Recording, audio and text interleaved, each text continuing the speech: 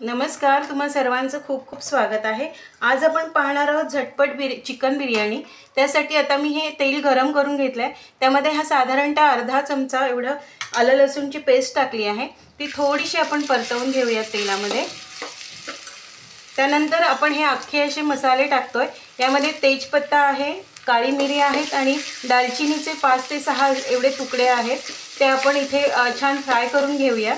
आता आलं लसूण पेस्ट आणि आपण जे अख्खे मसाले टाकले होते ते छान असे परतवून झाले। त्यानंतर आपण आता हा कांदा टाकतोय।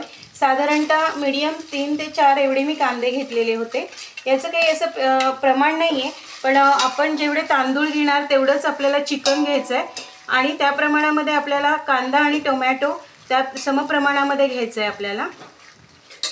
आता हा आपण कांदा छान असा परतवून घेऊया। आता आपण यामध्ये टोमॅटो ॲड करणार आहोत।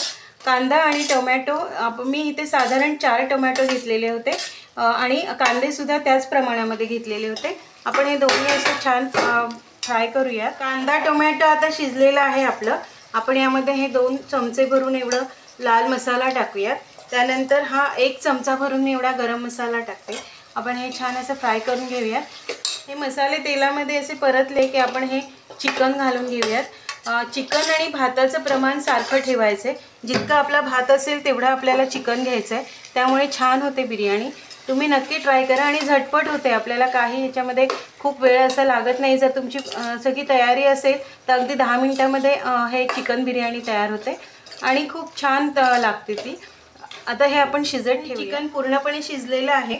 आपण आता हा भात ॲड करूया। हा भात मी पूर्ण शिजवून घेतलेला होता।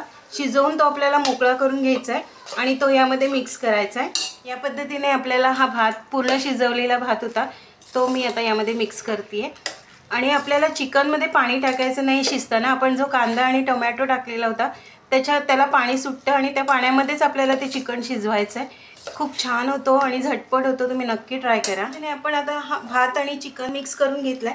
थोडीशी यामध्ये कोथिंबीर टाकूया। आपला चिकन बिर्याणी आपली तयार आहे।